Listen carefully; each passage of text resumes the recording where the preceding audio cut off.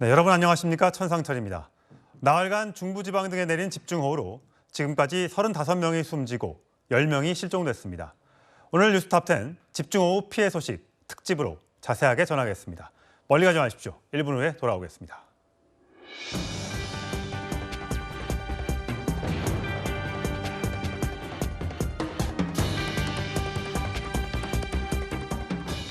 네, 뉴스탑10 뉴스고수 4분 소개합니다.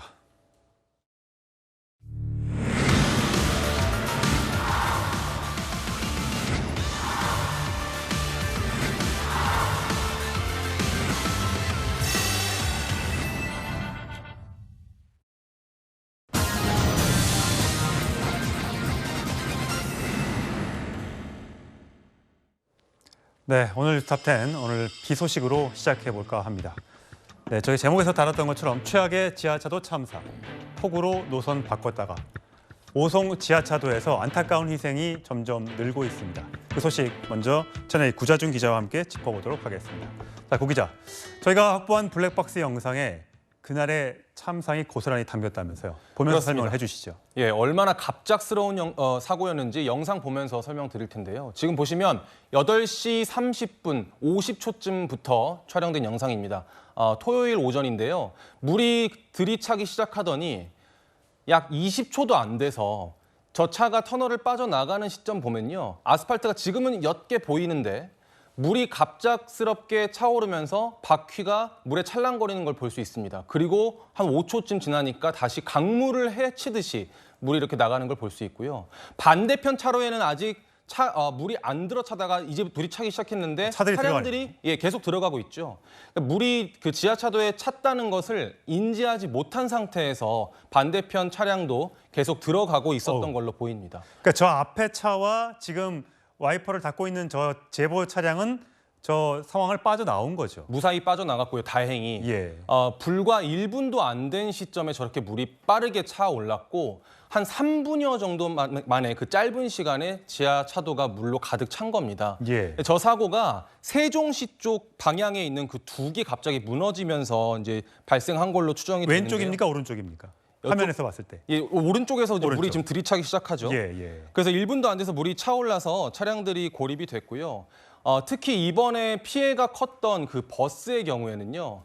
이 세종시 쪽에서 오송 방향으로 들어오고 있었는데 이 지하차도의 길이가 685m입니다. 예. 근데 그 버스가 터널 구간 430m를 거의 빠져나온 상태였는데 물이 쓰나미처럼 밀고 들어가면서 마저 빠져나오지 못하고 고립된 걸로 좀 알려져 있습니다. 지금 저희가 거의 다 빠져나왔었던 상태니까 조금만 더 왔으면 저 현장을 피할 수 있었군요. 벗어날 수 있었는데 그 경사도 있고요. 예. 물이 워낙 갑자기 들이닥치니까 빠져나가지 못했던 걸로 보입니다. 그렇군요. 지금 수색이 한참 진행 중인데 저 안에 지하차도에 탔던 물은 다 뺐습니까? 아직도 빼고 있는 걸로 알고 있습니다. 그 오후 한 3시쯤 기준으로 배수율이 70% 정도 됐습니다. 예. 원래 오늘 오전 아침 8시만 하더라도요. 한 4, 5시 정도면 다 뺄 수 있을 줄 알았거든요. 근데 저 지하차도 안에 진흙이 너무 많고 그 모래와 진흙 때문에 배수 작업에 좀 방해를 받고 있습니다. 그래서 조금 더 늦어지고 있는데요. 사실 어젯밤부터 저 배수 작업을 하느라고 고생이 많았습니다. 어젯밤에는 비도 많이 오고 물이 계속 넘치다 보니까 이 물의 유입을 막는 데만 오래 걸렸습니다. 그래서 8시 반쯤, 밤 8시 반쯤에 그 물막이 작업을 완료하고 야간 내내 배수 작업을 했는데요. 새벽 4시 33분쯤에 저 버스의 그 형체가 최초로 확인이 돼서 근접할 수 있게 됐습니다. 예. 그래서 오전 6시쯤에 잠수부를 투입하면서 수색이 시작됐고요. 오늘 이 시간까지 8구의 시신이 추가로 발견돼서 현재 사망자는 9명으로 알려져 있습니다. 그 9명 중에 저 버스와 관련된 그 사상자는 몇 명 정도 되는 겁니까? 추가로 확인을 해봐야 합니다만은 한 5명에서 6명 정도가 버스 승객으로 알고 있고요. 예. 그만큼 버스 승객의 피해가 컸던 걸로 보입니다. 그렇군요.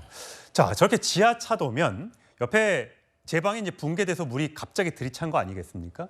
홍수 경보가 내려졌던 걸로 알고 있는데 몇 시에 홍수 경보가 내려졌고 왜 교통 통제를 하지 않았던 겁니까? 경찰과 지자체는요, 이 지하차도를 무조건 통제하는 게 아니라 수위를 봐가면서 통제를 한다고 설명을 합니다. 예. 그러니까 이 지하차도 안에도 자동 배수 시설이 있기 때문에 수위를 보면서 통제를 하는데 이때는 통제를 안 했다는 겁니다. 그런데 둑이 터지면서 강물이 넘쳐 흘렀고 그래서 갑자기 물이 닥치면서 저런 사고가 발생했다는 건데요. 침수가 시작되기 불과 10분 전에 미호천교 하천 수위가 계획 홍수위보다 높은 10m 이상이었고요. 예. 그리고 사고 발생 4시간 전에는 이미 홍수 경보가 내려진 상태였습니다.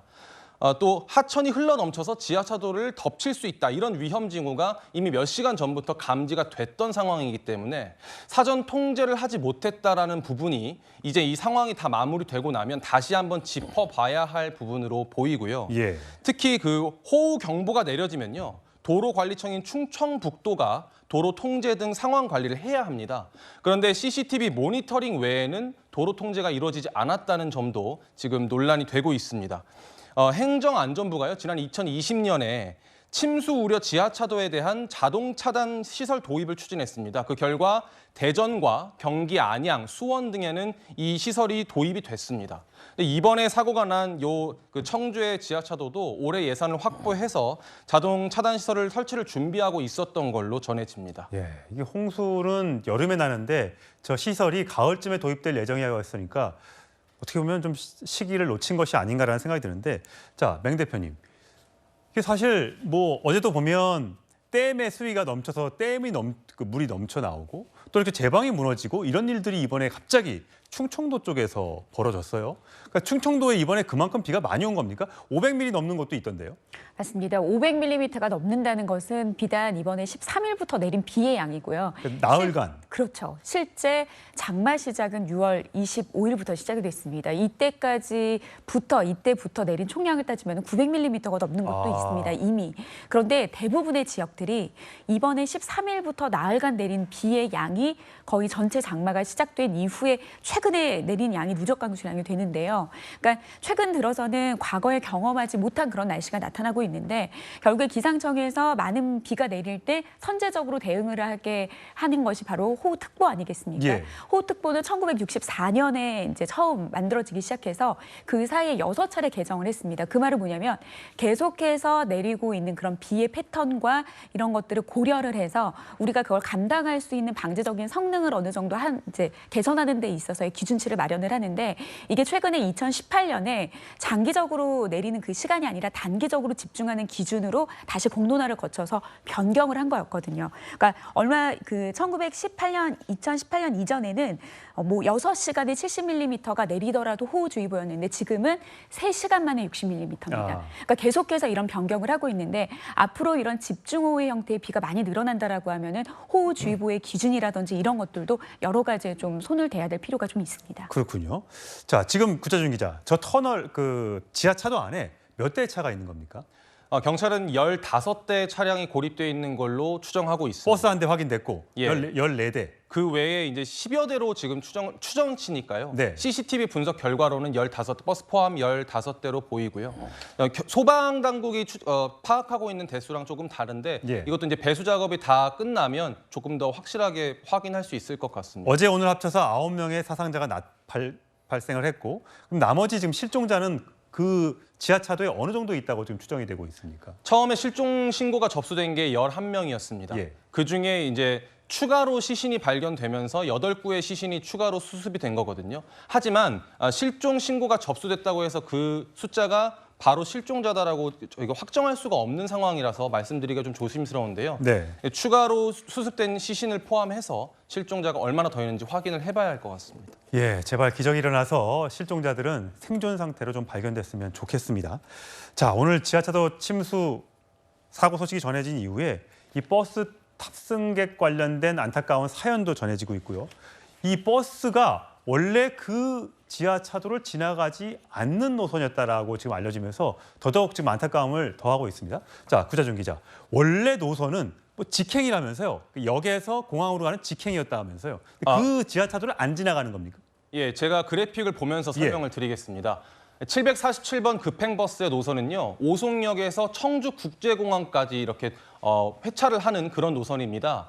그런데 강내면이라고 하는 곳에 이 저지대가 있는데요. 이 강내면의 그 삼거리 지역과 이 미호천교 그 자리가 침수돼서 침수 대비로 통제가 된 상황이었습니다. 네. 그러다 보니까 버스가 저쪽을 지나가지 못하고 청주역 분기점 방향으로 방향을 튼 걸로 추정이 됩니다. 저쪽을 지나서 이렇게 우회를 하면요, 바로 저 지하차도를 지나게 되는 겁니다. 예. 그러니까 원래 노선은 지하차도 위에 있는 도로를 지나는 건데 저 도로를 가질 못하니까 지하차도로 우회하려고 했던 걸로 보입니다. 저 사고 지점을 조금 더 크게 보면요, 그 지하차도가 저 도로 밑을 지나거든요. 예. 그러니까 원래는 저 파란색으로 표시되는 도로를 지나는 것이었는데 예. 우회하다 보니까 지하차도를 지나게 됐고 저쪽에서 사고가 일어난 걸로 보입니다. 아니 그럼 저기는 교통 통제를 했다는 거잖아요. 우회하라고. 그렇습니다. 그 삼거리 쪽은 통제가 됐기 때문에 오전 5시 반쯤부터 통제가 됐다고 하거든요. 일찌감치 됐네요. 예, 그렇다면 저 도로가 침수가 위험하다라고 통제를 했다면 지하차도 역시 위험하다 당연하겠죠. 때문에 통제를 했어야 했는데 왜 하지 않았느냐라는 것이 이제 유가족들의 주장입니다. 예, 저 부분은 나중에 꼭 규명을 해야겠습니다. 자, 버스에 토요일 날 오전이었습니다. 많은 사람이 타고 있을 거라고 예상을 하지 못했는데 많은 분들이 타고 계셨습니다. 안타까운 사연들이 전해지고 있는데, 자, 구자준 기자, 어떤 분들이 계십니까? 네, 안타까운 사연들이 참 많은데요. 먼저 그 70대 여성이 오송읍으로 출근하면서 버스에 올랐던 70대 여성이 다른 지역에 사는 아들에게는 괜찮냐고 전화를 했던 그 분인데 예. 이제 아들님께서는 괜찮다라고 전화를 간단하게 끊으셨다고 해요. 그게 이제 통화가 28초간 이루어졌다고 하는데요. 그 28초간 이루어진 통화가 어머니와의 마지막 통화가 될 줄은 몰랐다. 이런 말씀을 하신 분이 계셨고요. 예. 또 30대 남성분, 초등학교 교사이자 결혼한 지 2개월밖에 되지 않은 새신랑인데요. 이분도 임용시험을 치르러 가는 처남을 시험장에 데려다주기 위해서 손수 운전대를 잡고 지하차도를 지나다가 변을 당한 걸로 알려져 학생들이 있습니다. 많이 슬퍼하겠네요. 이 처남은 다행히 목숨을 건졌는데 처남은 목숨을 건졌어요. 예, 근데 매형을 살려달라, 119 구조대원들에게 매형을 살려달라라고 소리쳤는데 이제 이 30대 남성은 끝내 지하차도를 빠져나오지 못했습니다. 예. 그리고 청주에서 병원을 운영하던 의사 선생님도 계시는데요. 세종에 살면서 청주에서 병원을 운영하는 분인데 이분도 동료와 함께 출근길에 나섰다가 변을 당한 걸로 알려져 있습니다. 예. 이 밖에도 뭐 첫 취업을 해서 친구와 함께 여름 휴가를 떠나려고 했던 20대 청년의 안타까운 사망 소식도 전해지는 등 여러 가지 마음을 아프게 하는 사연들이 전해지고 있습니다. 예, 토요일 오전부터 서둘러서 여행을 가고 또 직장을 가고 또 처남을 태워다 주려는 그런 소시민들의 안타까운 희생이 이번에 좀 많이 가슴이 아픕니다. 자, 비가 이렇게 내려서 지금도 내리고 있는 지역이 있고 그친 지역도 있습니다. 오늘도 서울도 내렸다 그쳤다를 반복하긴 하는데요. 이 비 정말 언제까지 오는 겁니까? 통상적으로 7월 26일 날이 중부지방을 끝으로 과거 30년치의 관측 자료를 봤을 때 장마가 서울 기준으로요? 서울 기준으로 서울을 거의 끝으로 장마 전선은 만주 부근까지 북상을 하면서 이제 장마가 끝나고 폭염이 시작이 되는데요. 지금 현재까지 나온 예보는 7월 26일까지 예보가 중기예보로 나와 있습니다. 그때까지도 계속해서 비 예보가 있는데 저 파란색이 지금 호우특보가 내려진 지금 곳인 현재 거죠? 어제 밤부터 계속해서 추가적으로 확대 강화되고 있는 호우특보는 오늘도 계속해서 이어지고 있는 상황이고요. 현재 오늘 좀 충청 남부지방 그리고 전남과 경남 지역을 중심으로 세찬 비가 내렸다 그쳤다를 반복하고 있고요. 지금은 이런 굵은 빗줄기, 시간당 50mm 안팎의 빗줄기는 지금 거의 남해안 지역에 집중적으로 발달하고 있습니다. 오늘의 그 비구름의 형태만 봐도 계속 강하게 발달했다가 약해지는 강약을 굉장히 되풀이를 하고 있는데 화요일까지는 이렇게 남부지방과 중부지방까지는 좀 북상하기는 좀 힘들 것으로 보이고요. 중부지방에 비가 내린다 하더라도 경기 남부 지역을 중심으로 한 많아야 100mm 정도. 그 말은 즉 충청과 경북과 전북 지금 너무나도 많은 비가 내려서 복구가 시급한 지역을 중심으로 또 내려요. 다시 모레밤까지 많은 곳은 300mm 이상의 비가 더 내릴 것으로 보이니까요. 비가 잠깐 그쳐서 막지는 않더라도 흐린 아름이 드러난다 하더라도 안심하고 복구 작업을 하시면은 안 되고요. 계속해서 주변 지역의 기상 상황을 살펴서 갑자기 또 발달할 수 있는 비구름에 좀 대비를 하셔야 될 것 같고요. 이후에 26일까지 나타나는 비는 일단 언제 비가 내리는지 유무의 형태만 나타나는데 일단 목요일과 금요일쯤 되면은 제주도를 제외한 지역에는 일단은 강수가 없습니다. 그러니까 이때를 좀 계획을 하시고 이때 좀 추가적인 어떤 대비나 지금 난 사고에 대한 수습에 대한 계획을 그때 하시는 게 좋을 것 같고요. 주말이 되게 되면은 다시 장마 전선이 거의 중부지방까지 북상을 하면서 다다음 주 수요일까지는 이어진다라고 감안하시고 대비책을 세워야겠습니다. 가장 강한 비는 언제 지금 또 예상이 됩니까? 일단 지금 계속해서 비구름이 강약을 지금 반복을 하고 있다라고 하는 거는 남쪽에 덥고 습한 공기와 북쪽에 차고 건조한 공기에다가 지금 계속해서 다량의 수증기가 유입되면 비구름이 언제든지 발달할 수 있기 때문에 이거를 좀 예측을 하는 것은 굉장히 힘든 일입니다. 일단 오늘 밤, 내일 오전에는 경남과 전남 지역 그리고 슬슬 올라가면서 충북 지역까지 오후에는 좀 강도 높은 비가 이어지다가 다시 남쪽으로 남하하다가 모레 화요일 자정을 지나고 나서부터는 조금 더 강한 비가 발달할 가능성이 현재로서는 높은 상태입니다. 예, 산사태 피해도 경북 지역에 많이 집중이 됐는데 어쨌든 또 비가 오기 때문에 잠깐 대피해 계신 것도 지인 집에 좀 대피해 계신 것도 좋은 방법일 듯합니다. 자, 비 피해 소식은 여기서 정리하고요. 다음 주제로 가겠습니다.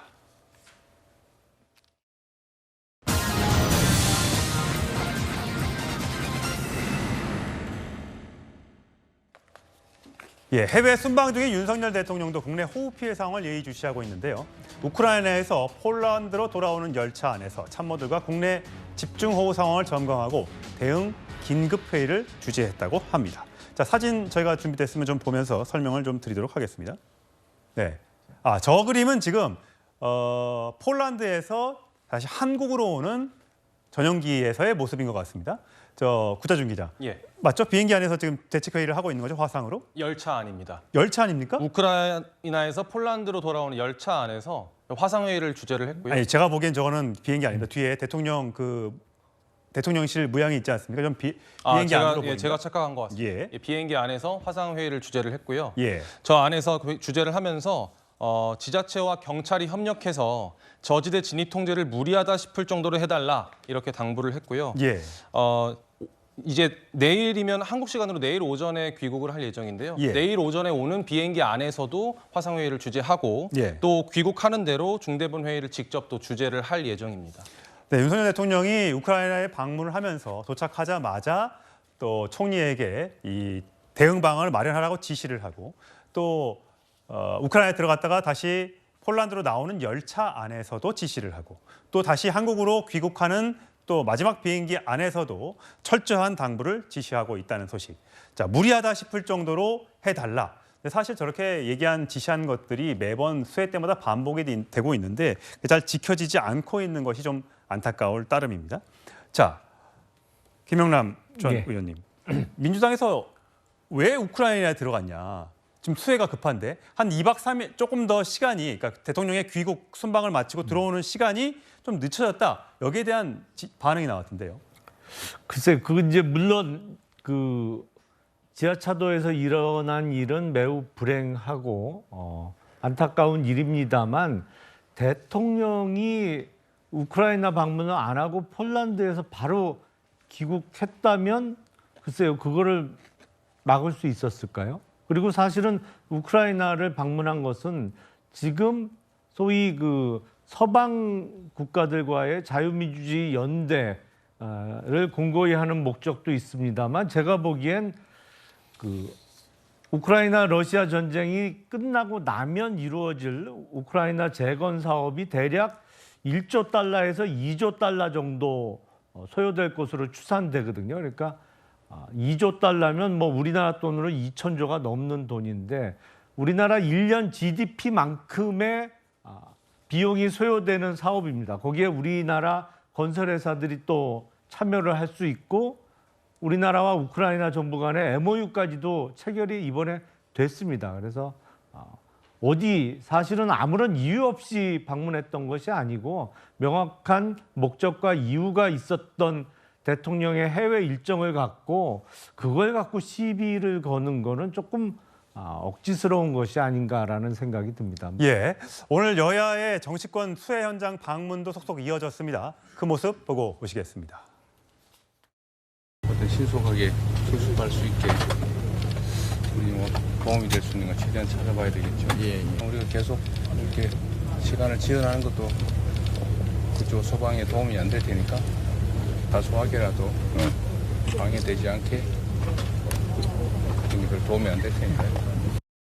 계산팀 앞으로 어떻게 안전과 관련해서 운영 방법을 개선을 하든지 물 수량 가둘 수 있는 수량이 상당히 적어졌다면은 준수를 한번 해야 될 것 같네요. 정부 차원에서 한번 계산대 문제를 검토를 하겠습니다. 저는 재난 현장에 국회의원들이 방문이 사실 많이 있는 편입니다. 근데 그러다 보니까 과거에 실화도 있었고 여러 가지 과연 저분들이 가서 이렇게 독려하고 오는 게 공무원들이 재난 극복하는데 과연 도움이 될까 이런 얘기도 있었는데 어떻게 보셨어요? 그러니까 급박한 수습이 이루어지고 있는 현장에 저렇게 정치권 관계자들이 찾아가게 되면 자칫 오히려 그 현장 수습에 도움이 안 되는 경우들이 있습니다. 불필요한 의전이나 이런 것들이 따라붙거나 또 현장에서 아무래도 저렇게 뭐 국회의원이라든지 당대표 이런 분들이 여러분 브리핑을 하게 되거든요. 예. 근데 그것도 제가 보기에는 현장 상황 수습에 별로 도움이 안 되는. 그래서 아마 그걸 의식해서인지 오늘 브리핑을 안 받았다고 합니다. 예. 여야가 다. 뭐 그건 전 다행이라고 생각하는데 그런 면에서 봤을 때 실질적인 대책에 도움이 되는 사고 수습에 도움이 되는 그런 어떤 대책을 마련하는 게 여야 정치권의 역할이지 현장에 찾아가는 거는 조금 이제 옛날식 보여주기 제가 보기에 정치인 것 같아요. 물론 아직까지도 이제 그런 관성이 남아서 일단 사고가 일어나면 그 현장에 찾아가서 얼굴을 내비쳐야 된다 그런 강박관념이 지배하는 게 사실이지만 이제는 뭐 국민들도 굉장히 의식이 성숙해졌기 때문에 현장에서 얼굴을 비치느냐 안 비추냐보다 실질적인 사고 수습에 도움이 되는 대책을 누가 말하느냐, 누가 그 대책을 수립하느냐를 보다 더 중점적으로 보지 않을까 그렇게 생각합니다. 예. 자, 얼른 수습이 돼서 안타까운 희생이 더 이상 발생하지 않도록 했으면 좋겠습니다. 저희는 다음 주제로 가겠습니다.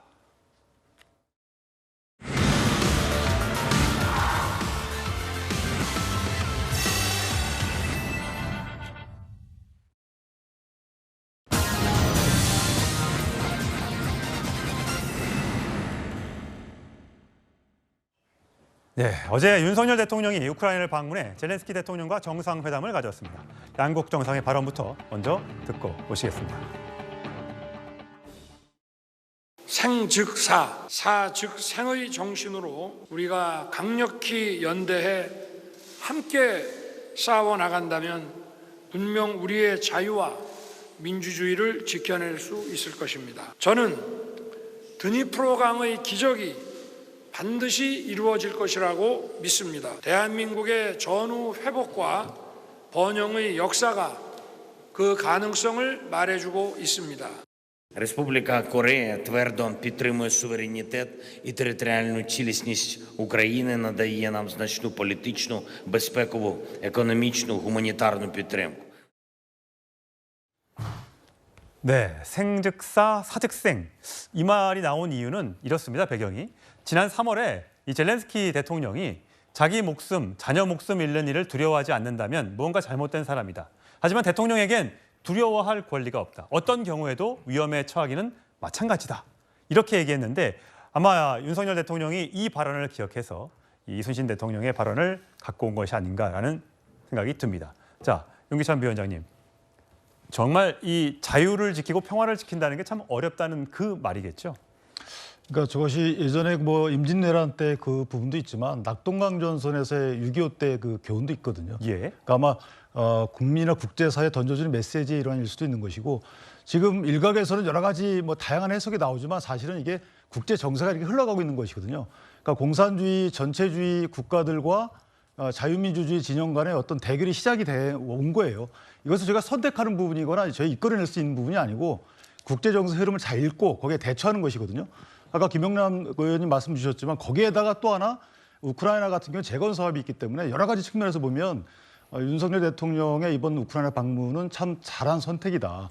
여기에 대해서는 정치적인 어떤 뭐 평가 여진이 있겠지만 국익을 위해서는 좀 자제해야 된다. 왜냐하면 성과가 반감되기 때문에 조금 자제할 필요가 있다 이렇게 생각합니다. 근데 굉장히 이번 방문이 전격적으로 이루어져서 이번에 순방길에 동행한 이 대통령실 취재 기자들도 마지막에 급격히 알았었고요. 그다음에 뭐 대한민국 기자 아닌 분들은 나가달라 문 닫고 긴급 브리핑이 이루어졌다고 하고요. 절대 SNS나 전화를 통해서 어디 대통령이 간다 이런 말은 절대 하지 말아달라 이렇게 입단속까지 이루어졌다고 합니다. 그리고 기차와 열차와 차를 통해서 14시간에 걸쳐서 들어갔다 나오는 아주 긴 장도에 올랐던 윤석열 대통령이었는데 여러 가지 성과물을 가지고 온 것 같습니다.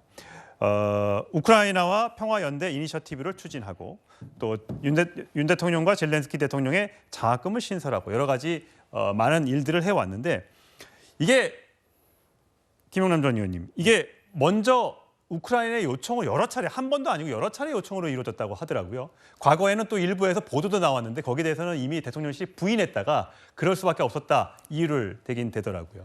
지금 우크라이나의 젤렌스키 대통령은 여러 국가에게 도움을 요청을 하고 있죠. 그래서 일부 서방 국가에서는 뭐랄까요?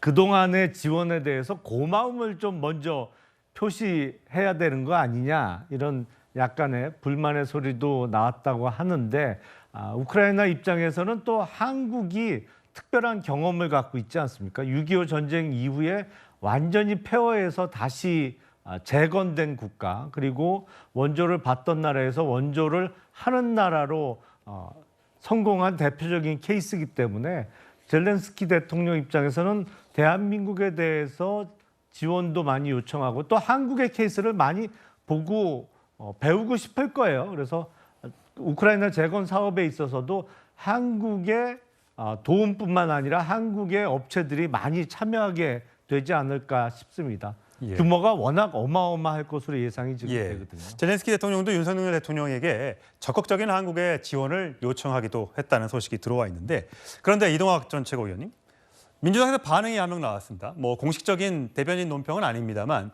김병주 의원이 이렇게 얘기했습니다. SNS에 우크라이나 전쟁 불씨를 한반도로 불러 대한민국 위험에 빠뜨릴 수 있는 행보다.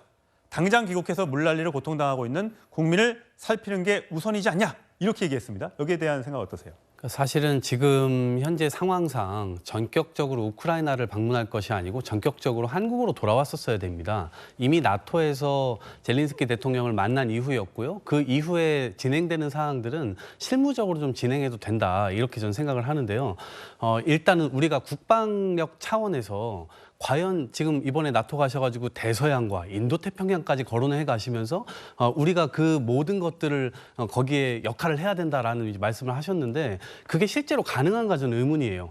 그러니까 이를테면 경제력 관련해서는 우리가 국방경제고 남방경제고 확장을 해가지고 동반성장의 어떤 기틀을 잡아야 되겠습니다. 또 문화 영역에서도 BTS부터 해서 한류가 굉장히 많은 사랑을 받고 있지 않습니까? 그런 측면에서 확대될 측면이 있지만 과연 국방력 이것이 특히나 미국적 차원에서 미국의 시각과 미국의 시야에서 보는 대로 우리나라가 그걸 다 따라다니면서 실제로 역할을 할 수 있는 거냐 여기에 대해서는 의문이 있는 거예요. 그리고 컨센서스가 서로 형성되어 있지도 않습니다. 그러니까 너무 안보를 강조하면서 사실은 안보를 불안하게 만드는 측면으로 빨려 들어가는 측면이 있다. 저는 이렇게 생각합니다. 예, 윤석열 대통령은 이번에 인도적인 지원을 우크라이나에 하는 것은 물론이고 군수물품을 지원한다고 했습니다만 거기는 방탄복이나 방탄 헬멧 이런 등등의 인도적인 물건 보호 장비 위주로 제공이 될 것이다라고 얘기를 했습니다. 뭐 일각에서는 대량 뭐 살상 무기 등이 제공되지 않겠느냐는 얘기했지만 대통령실은 그것은 절대 아니라고 부인을 하고 있습니다. 자, 전주의 국민의힘 원내 대변인의 얘기는 이렇습니다. 좀 반대적인 얘기인데요. 윤 대통령의 우크라이나 방문은 무모한 전쟁으로 인해 고통받고 있을 우크라이나 국민들에게 희망과 위로를 선사했다. 자유민주주의의 가치 연대의 의미를 되새겼다. 어떻게 보면 사실 정반대의 얘기를 지금 하고 있는 건데 어떻습니까? 이런 우크라이나 사실 우리나라 대통령이 우리나라의 군 부대가 파병돼 있지 않은 나라에 간 첫 번째 사례라고 하지 않습니까? 그만큼 위협을 무릅쓰고 간 것인데 여기에 관련돼서 이게 여야가 또 충돌해서 이걸 또 정쟁으로 가져가는 것이 과연 바람직할까요? 저는 아까 말씀드린 대로 이해가 안 가는 것이 6.25 때 우리나라에 파병된 국가가 16개국입니다. 4만여 명이 전사를 했어요. 그럼 그 사람들은 북한과의 척지고 중국과의 척지고 러시아와 척지고 싶어서 갔겠습니까? 그건 아니거든요. 지금도 보면 상임 이사국인 러시아가 침공을 한 거예요. 국제사회는 이거 불법 침공이라고 합니다. 그렇게 규정했으면 연대해서 도와줘야 되는 거 아니겠어요? 우리나라가 불과 한 60년 전, 70년 전에 있었던 일입니다. 근데 여기에 대해서 한미연합사 부사령관까지 했던 분이 이거 러시아의 적대국으로 돌리는 거 아니냐라고 우려를 하신다는 것 자체가 저는 글쎄요. 그분의 커리어나 아니면 우리 역사를 뒤집어 볼 때 글쎄 합당한 비판인지 모르겠고요. 두 번째는 거듭 말씀드리지만 현재 국제 질서는 우리가 초래한 게 아닙니다. 그 카디즈라고 해서 방콕 식별망 구역에 러시아와 중국이 들어와서 시위도 한 적도 있어요. 이게 러시아는 사실 유라시아들에게 걸쳐 있기 때문에 대서양과 인도태평양 지역이 안보적으로 엮일 수밖에 없습니다. 그런 상황에서 대통령이 나토와 연합해서 한다는 것이 대통령의 자발적인 리딩이 아닙니다. 이것은 어찌 보면 따라가는 것이기 때문에 여기에 대해서 글쎄요, 정세를 따르게 읽는 분이 비판하면 몰라도 만약에 그렇게 읽는다면 그건 비판하는 건 국익에 반한다 이렇게 생각합니다. 예. 자, 윤석열 대통령의 우크라이나 방문, 폴란드 방문 여기서 정리하고요. 다음 주제로 가겠습니다.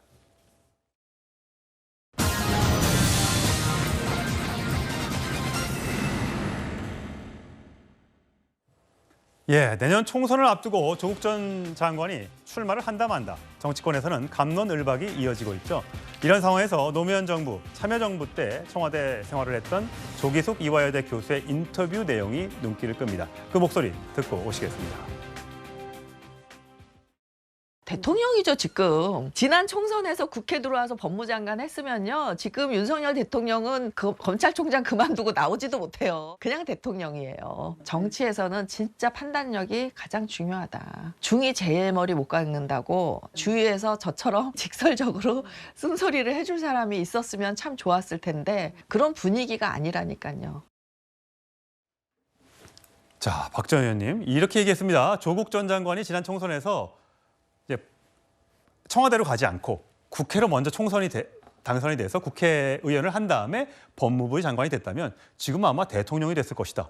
이렇게 얘기를 했습니다. 물론 뭐 개인적인 의견이겠습니다만 이 발언 어떻게 들으셨어요? 이미 지난 일에 대한 가정을 전제로 하는 얘기이기 때문에 큰 의미가 있지는 않은 것 같아요. 다만 내년 총선을 앞두고서 조국 전 장관의 이제 정치적 행보가 지금 예상되는 상황이기도 하고 또 그걸 둘러싸고 여러 가지 갑론을박이 있는 상황이기 때문에 아마 그와 연동돼서 조기숙 전 수석이 저런 얘기를 한 것 같은데요. 어찌됐건 간에 민주당으로서는 부담스러운 상황이 아닐 수가 없습니다. 설사 조국 전 장관이 민주당 공천을 받지 않고 뭐 무소속이라든지 아니면 신당을 만들어서 출마한다 하더라도 그렇게 만들어지는 총선 구도에 민주당은 딸려 들어갈 수밖에 없어요. 그만큼 조국 전 장관이 이른바 이제 진영 내에서 갖는 비중이 굉장히 큰 인물이기 때문에 민주당으로서는 여러 가지 곤혹스러운 상황인데요. 이제 한 가지 변수는 지금 본인이 재판을 받고 있는 피고인이잖아요. 그러니까 1심에서 실형 2년을 받았고 항소심이 시작됐는데 통상 이제 그런 그 위치에 서 있는 상황에서 총선 출마는 굉장히 좀 부담스럽고요. 또 그걸 민주당 입장에서는 더더욱 부담스러운 일이거든요.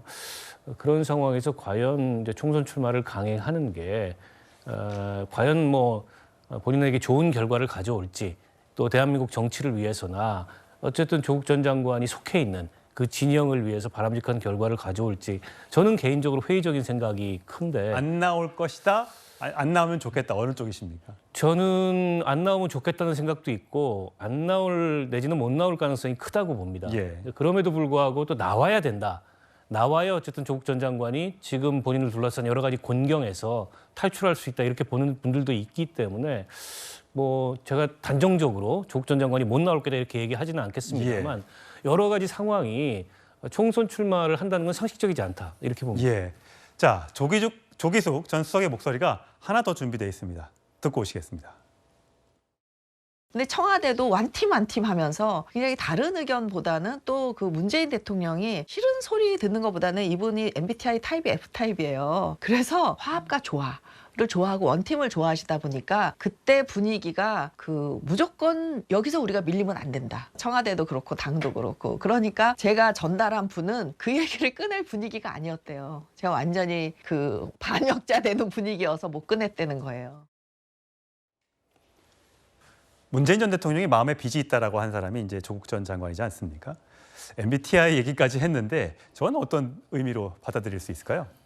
글쎄 MBTI는 뭐 제가 잘 아는 바가 없어서 모르겠고 다만 그때 그 민주당 일각에서는 조국 당시 민정수석이 법무부 장관을 갈 게 아니고 2020년 4월 총선에 부산 쪽에서 출마해야 된다 이런 주장들이 많았던 것이죠. 현실적으로 아마 총선에 출마했으면 당선됐을 가능성이 높겠죠. 그리고 선거라는 거는 서로 상대방이 있어서 거기서 이런저런 뭐 옥신각신 많은 주장들이 나옵니다만 사실은 검증 기능은 그렇게 강하지 못하거든요. 선거 때는 이른바 뭐 사실을 이야기하더라도 일단 부인하고 또 선거전에서 서로 있는 상호 비방전 내지는 흑색선전으로 치부되는 경우가 많기 때문에 조국 전 장관의 실체가 밝혀지지는 않았을 겁니다. 근데 법무부 장관으로 문재인 대통령이 지명을 하고 인사청문회를 준비하는 과정에서 여러 가지 사실이 밝혀진 것이잖아요. 그러니까 그런 면에서 그때 법무부 장관을 지명을 안 했어야 된다.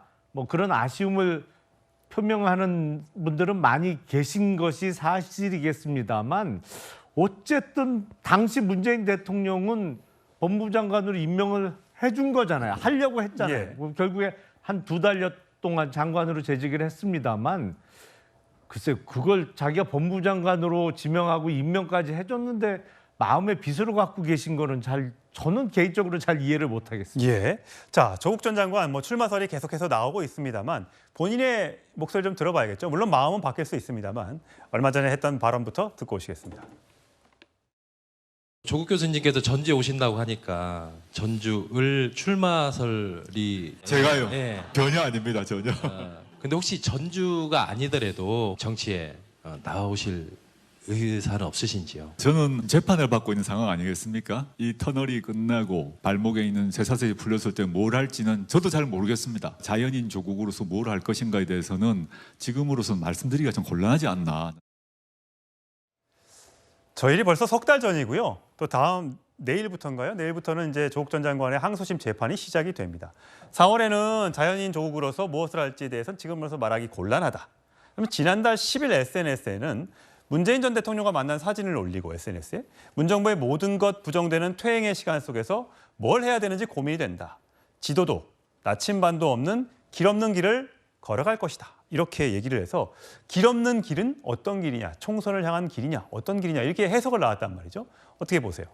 아니요, 이제 저거 가지고 가타부타 이야기할 건 아니고요. 오늘도 SNS에 뭐라고 얘기를 했냐면 소설 쓰지 좀 말아달라라고 조국 장관이 올렸거든요. 예, 어떤 부분에 대한 소설? 그러니까 지금 기사 나온 것들 있잖아요. 시나리오에 대해서 각종 예. 시나리오들 이제 그런 부분들에 대해서 소설을 쓰지 말아달라. 나는 지금 재판 중이고 그 재판에 성실하게 임하는 것이 나의 첫 번째 임무다. 이런 말씀을 이제 해 주시고 계신데 실제로 저는 지금 호사가들이 계속 조국을 소환하는 것이 아닌가라는 생각이에요. 그것이 당파적 이익이 됐든 아니면 선거에서 어떠한 영향력을 통해서 다시 한번 조국 시즌2를 좀 열어보려고 하는 그런 의도나 이런 것들이 좀 비춰진다고 생각하는데요.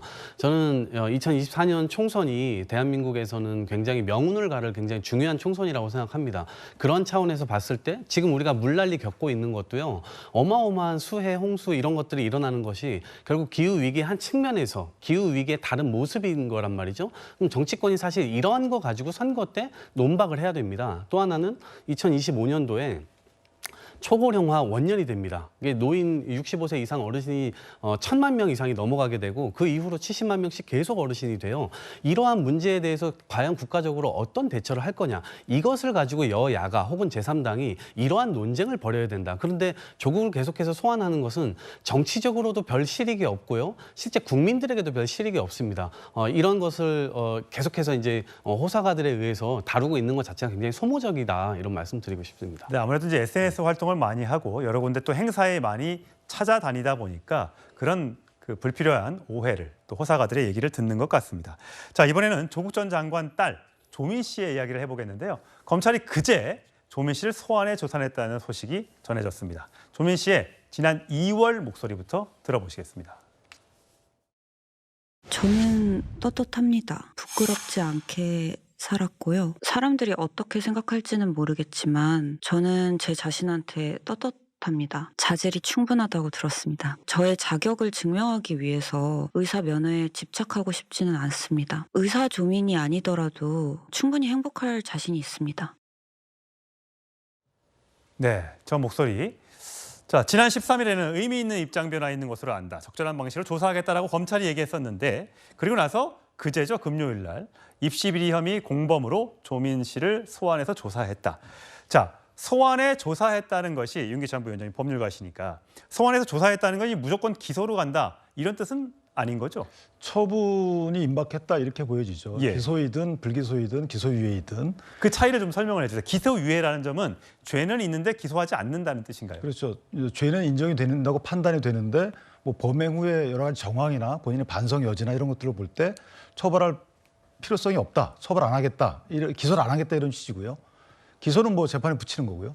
불기소는 혐의가 없다는데 이건 불가능합니다. 왜냐하면 이미 공범으로 적시가 돼 있기 때문에 그 부모의 공소장이 공범으로 적시가 돼 있거든요. 예. 그러니까 불기소는 불가능하고 기소유예 내지 기소인데 문제는 이제 뭐 여러 가지 검찰이 고민을 할 겁니다만은 조국 전 장관의 재판이 남아 있어요. 그러니까 조국 전 장관의 재판은 공소시효가 정지가 돼 있지만 조민 씨에 대해서는 문제는 조국 전 장관이 아마도 조민 씨를 위해서 부인하는 것이 아닌가라고 검찰이 판단할 수도 있습니다. 그렇기 때문에 조국 전 장관이 그런 어떤 속박에서 벗어날 수 있도록 이건 뭐 전략도 포함된 겁니다. 조민 씨에 대해서 처분을 해버리면 기소유예를 해버리면 조 전 장관이 1심에서 징역 2년을 받은 이후에 항소심 진행 곧 될 건데 예. 항소심에서 아마 혹시 죄를 인정할 수도 있지 않겠는가라는 그 검찰의 생각도 반영된 것이 아닌가 싶어서 저는 개인적으로 기소유예 쪽으로 판단할 여지도 없잖아 있다. 그런데 국민 정서는 좀 달라요. 어쨌든 검찰은 여러 가지 공판 진행상의 이런 전략도 포함된 결정을 할 것 같다 이렇게 판단합니다. 그런데 뭐 김영남 전 의원도 법률가시니까 과거에 이제 숙명여고에서 쌍둥이 사건이 있지 않았습니까? 그 아버지도 선생님이셨고 거기에 대한 거는 둘 다 양쪽을 다 기소했던 걸로 결론이 났었지 않습니까? 이거는 어떤 차이가 있습니까?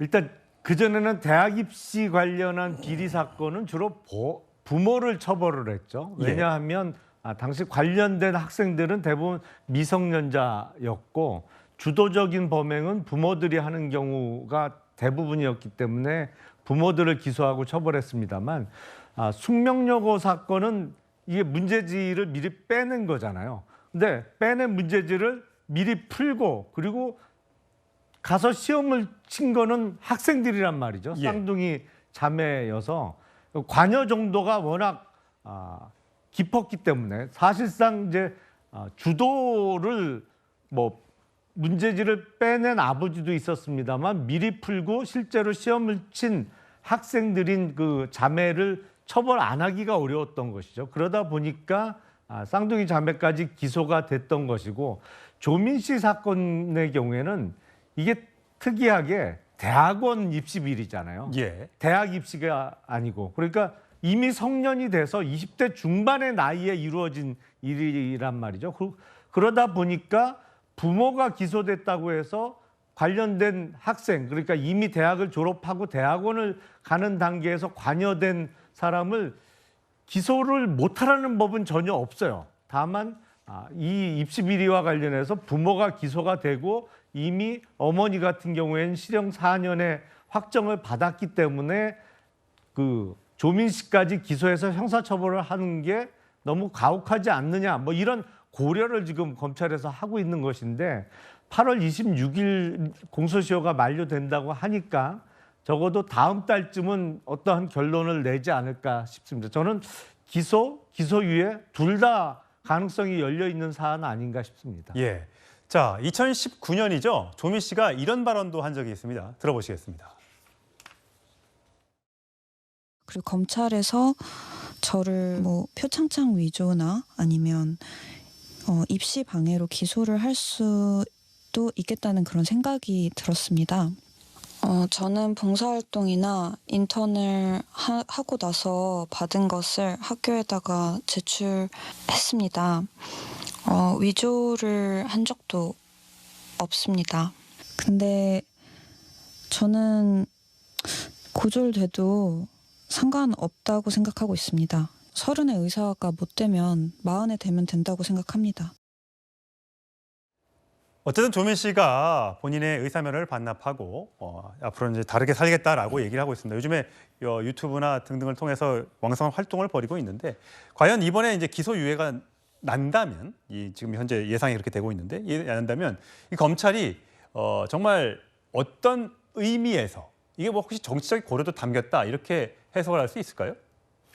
근데 검찰이 뭐 내년 총선을 앞두고서 정치적 유불리 여부를 고려해가지고 처분을 내린다는 건 좀 이상한 것 같고요.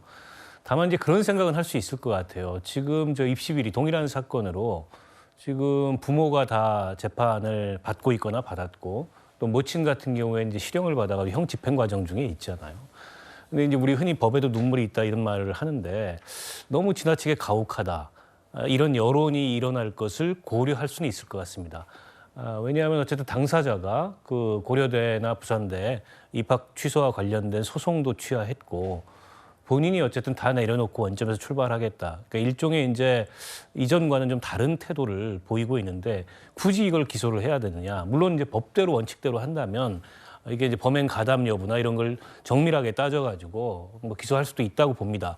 그러나 한편으로는 너무 지나치다 이런 여론이 나올 것을 고려해서 검찰이 기소유예를 할 가능성이 저는 상당히 높아 보이고 지금 검찰에서 조금씩 흘러나오는 얘기를 보면 오히려 기소유예 가능성이 더 높은 게 아닌가 이런 생각이 듭니다. 네, 조민 씨도 있고 또 조국 전 장관의 아들 문제도 걸려 있기 때문에 이게 어떤 결론을 내릴지에 따라서 앞으로 연쇄적인 파장이 예상이 됩니다. 저는 다음 정치권 소식으로 가겠습니다.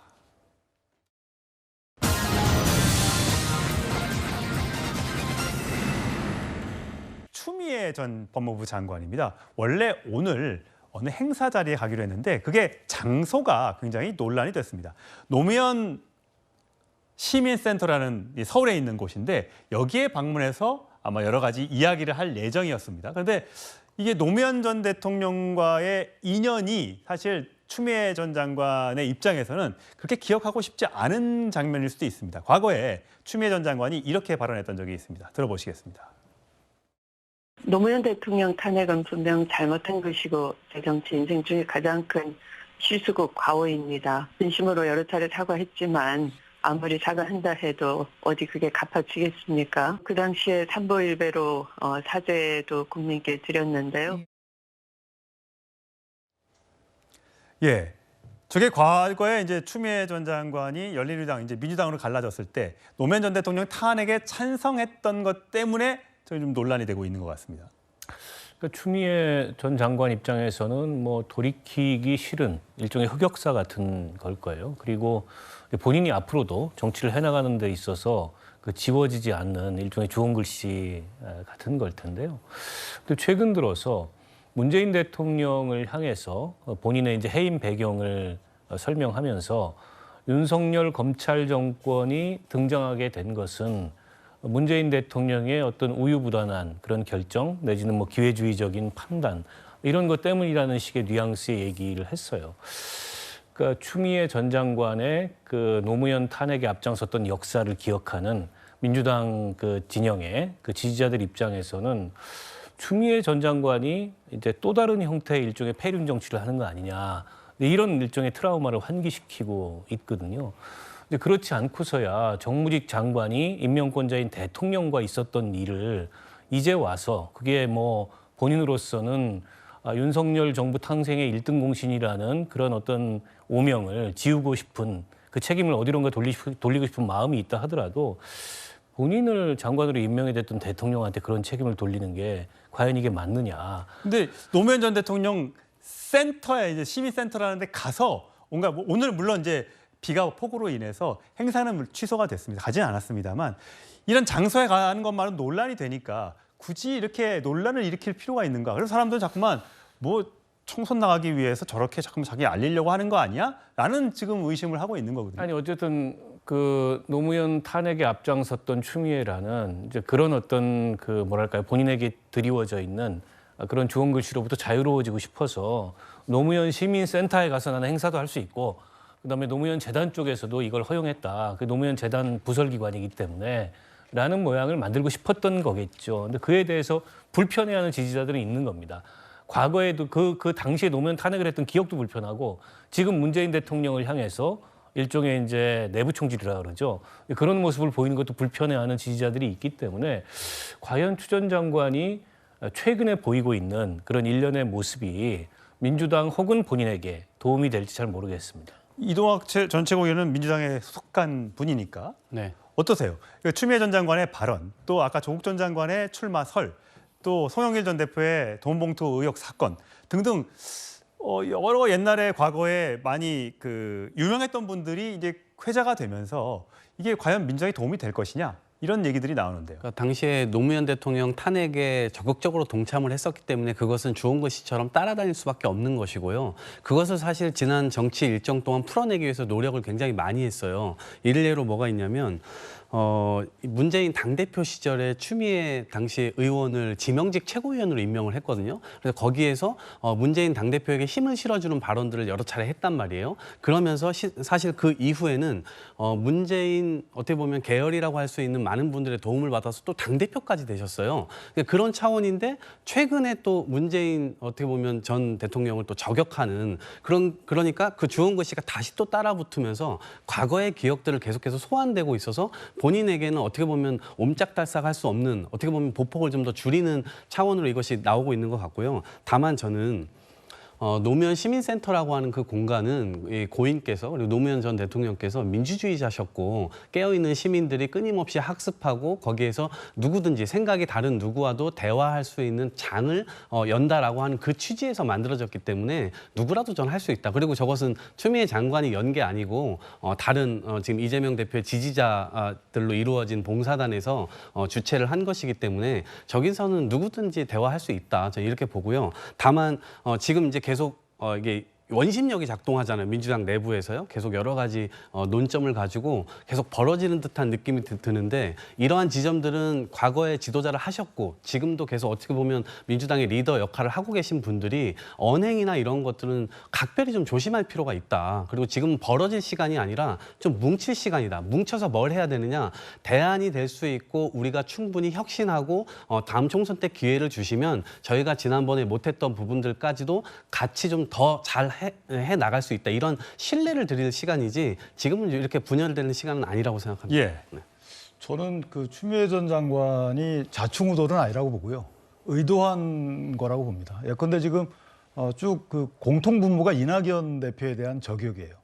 예컨대 지난번에 본인 장관직을 그만두라고 했던 게 대통령이신데 문재인 전 대통령이신데 그 대통령께 재원했던 분이 당대표였다고 얘기를 했어요. 이낙연 전 대표였던 거죠.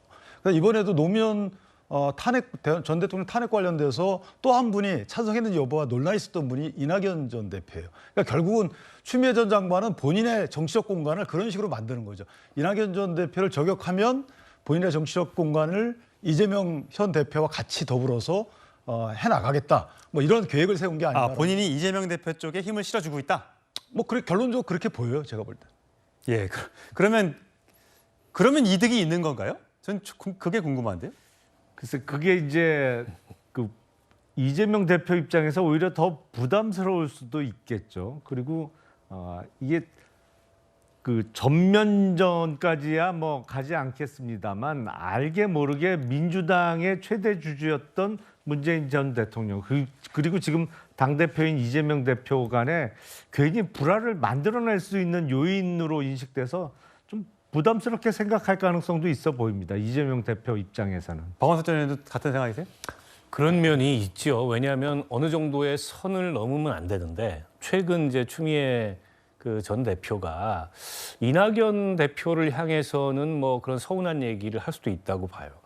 근데 본인의 임명권자였던 전 대통령을 향해서 총구를 돌리고 있는 것은 선을 넘었다. 그런 판단이 당내에도 훨씬 더 지배적인 것 같고 그래서 아마 이재명 대표 쪽에서 좀 부담스러워하는 그런 기색이 느껴지는 게 아닌가 싶습니다. 네, 뭐 정치적 당대표까지 했고 법무부 장관까지 지낸 추미애 전 장관이었기 때문에 아마 굉장한 논란이 지금 계속해서 일고 있는 것 같습니다. 오늘 뭐 폭우로 인해서 가지는 못했습니다만 이 노무현 전 대통령 관련된 얘기는 굉장히 회자가 될 것으로 보입니다. 자, 마지막 주제로 가겠습니다.